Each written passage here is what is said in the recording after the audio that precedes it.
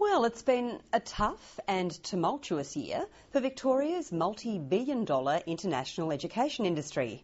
Attacks on Indian students have led to mass protests about student safety, while allegations abound of dodgy colleges that fail to deliver adequate training. Now the federal government is looking to crack down on one of the industry's linchpins, permanent residency for foreign students. Guy Stainer reports. Education's a big export earner for Australia. We make an awful lot of money out of international education. Everyone is out there milking international students. Every student is worth $50,000 a year. So everyone is there to get a piece of action.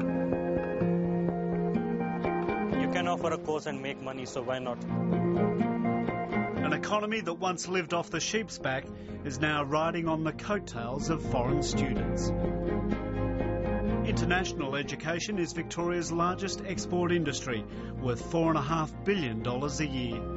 50,000 international students are living in Melbourne at any given time. Going for a dip. Dip is a swim. And there's an ever-increasing number taking the plunge into Victorian education. But not every student is happy with their Australian experience. Many colleges are done very wrong thing with the students. Tejpal Singh came to Australia to study cookery. In India, they show us the Flinders Station photograph. He says, this is your college and you can go over there.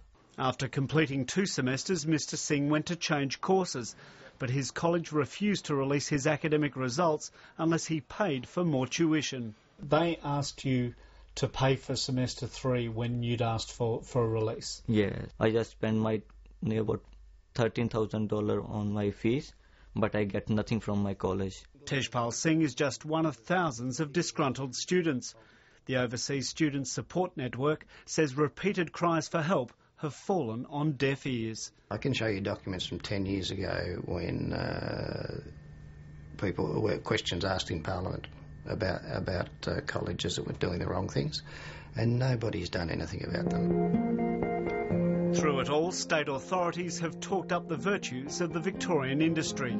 The system here in Victoria for delivering quality training to both domestic students and international students is working very, very well. If it wasn't working well, you wouldn't have seen the enormous growth that we've had in international students in particular coming to study here in Victoria.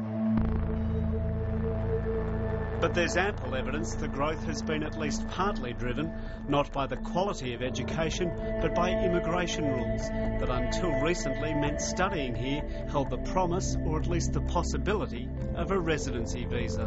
What happened was that once this procedure was established, then we had links through migration agents, recruitment agents back into the subcontinent of India in particular, and once people realised that this avenue was available, it was very quickly subscribed and oversubscribed, and we saw this huge explosion in enrolments as a consequence. I would say 90% of students are only coming to Australia because they have a chance. They see a chance that they may get a permanent residency later.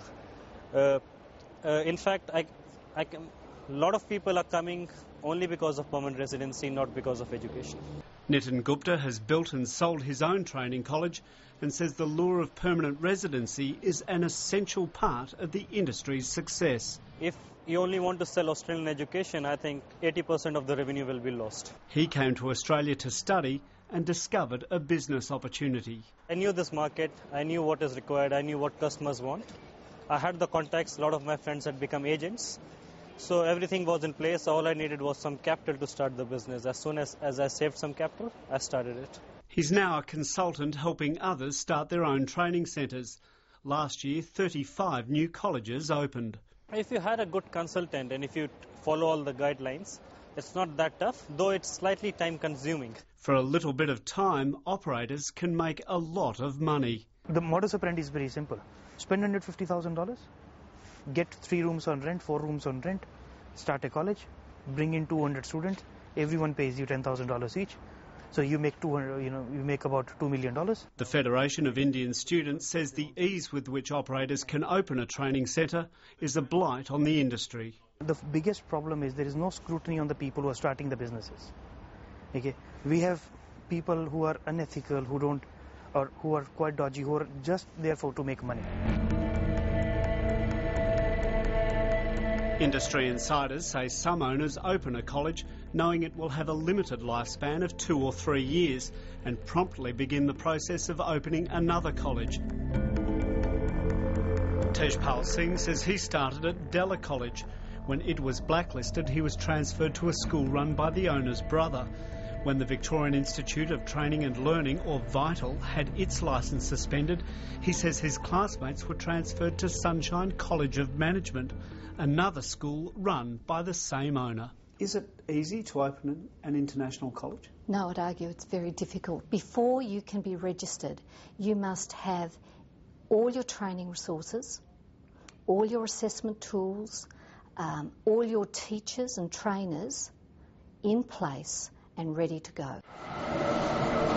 The Victorian Registration and Qualifications Authority, or VRQA, is responsible for approving new operators and policing the system. It's refused to comment on reports that the audit, which led to the suspension of the Victorian College of Training and Learning, found no certification to verify a teacher's qualifications, and that it failed 54 of 85 audit criteria. The VRQA has shut down 9 colleges in the past year, while the Federal Department of Immigration has become involved, investigating suspect colleges over alleged visa offences. There's a small number of people who haven't been operating properly, not providing proper courses, and we're determined to drive them out of the industry. The federal and state governments have joined forces to conduct what they're calling a rapid audit, targeting 16 colleges in Victoria. The VRQA won't name the 16 schools targeted or comment on claims that at least 6 have already been found to be in breach of their licence requirements. The rapid audits aren't due to be completed until September. They won't tell anybody who's on the risk list in the public interest. I would have thought it would be in the public interest of students to know which college was risky so they wouldn't enrol. But while some remain sceptical about the willingness of Victorian authorities to properly police such a valuable industry, others believe federal government changes to immigration rules may do the job for them. We've got to, I think, break the link that occurs in some people's mind between getting an education and getting a permanent visa. A new critical skills list excludes skills like cookery and hairdressing being taught by many private colleges. Immigration Minister Chris Evans told an audience in Delhi this week the government was planning to further tighten rules around permanent residency.